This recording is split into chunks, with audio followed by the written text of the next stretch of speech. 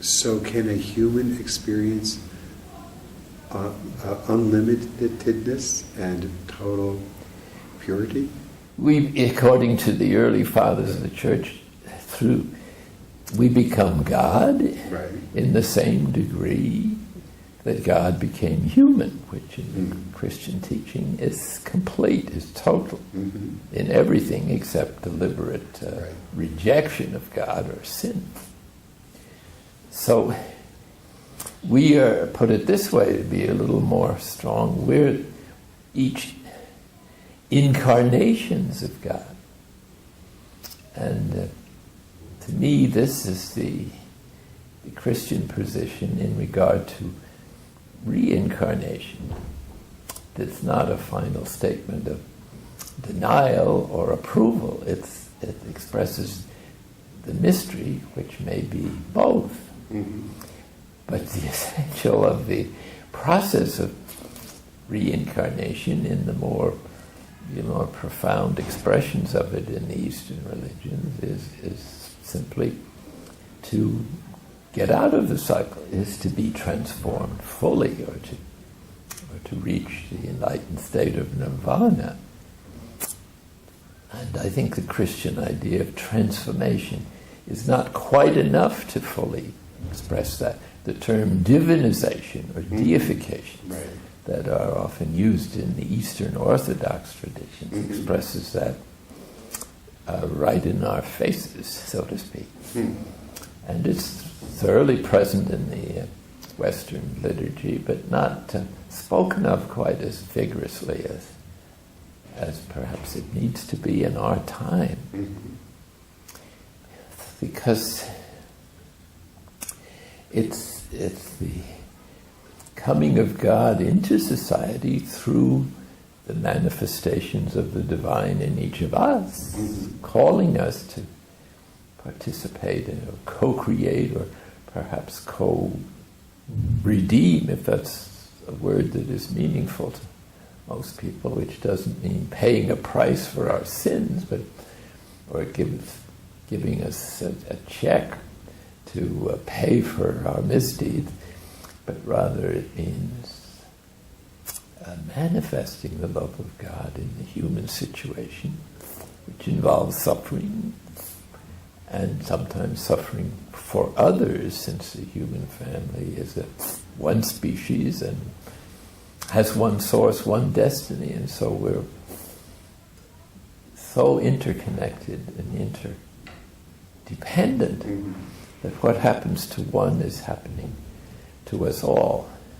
And is that interdependence, in Buddhism, that interdependence is a nature of the universe, it is a self-arising, and that interdependence is, non-dependent upon a deity. It is just a part of the nature of what is. In your view, is that interdependence because of the extraordinary, all-permeating quality of divinity? Or is it an independent interdependence? Well, this is a question that needs to be discussed among those who have experience in their respective traditions and have understood fully their own tradition and its openness to the fact that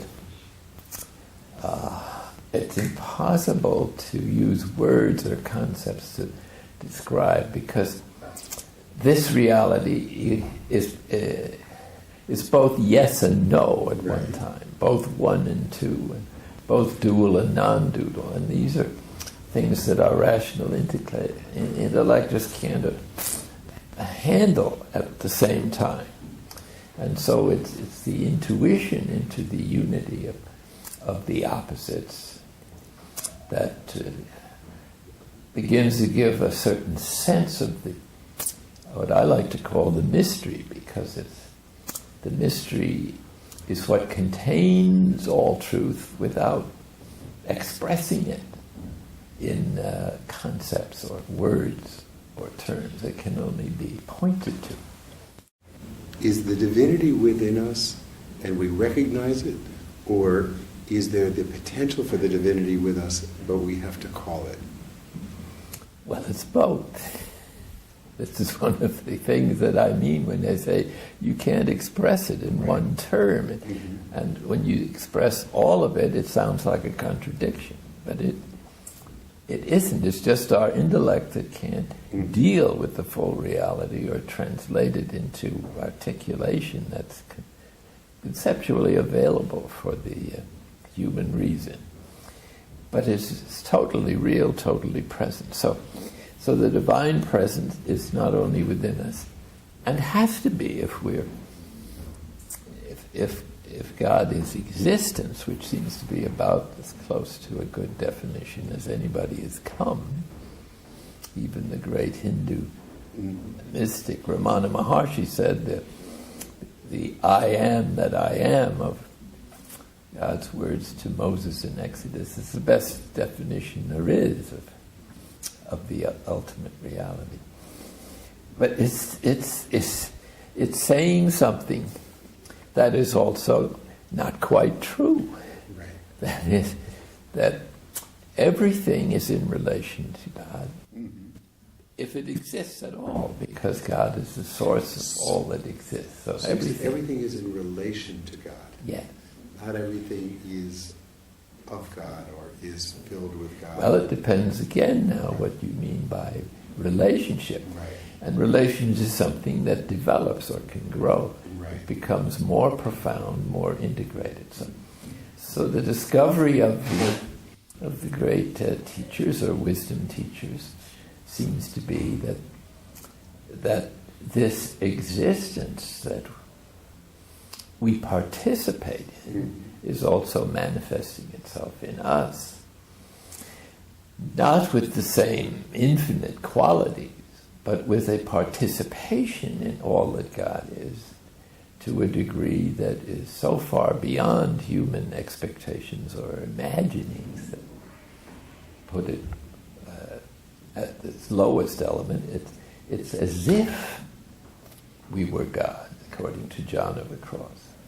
He's leaving just a little space for the fact that God is not just us, Right. but everything else. Right.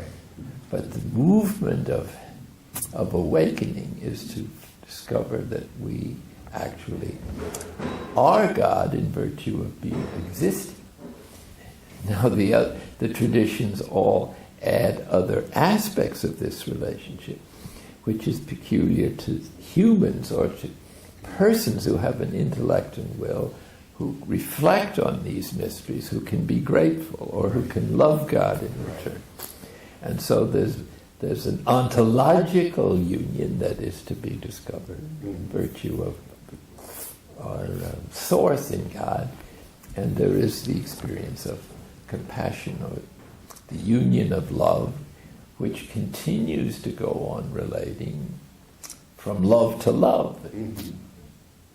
Tonight I was hoping to speak a little, if there's time, on the science of love, which is a knowledge that is not knowledge in the intellectual sense primarily, but which is the unfolding of or the waking up to this presence of God within us.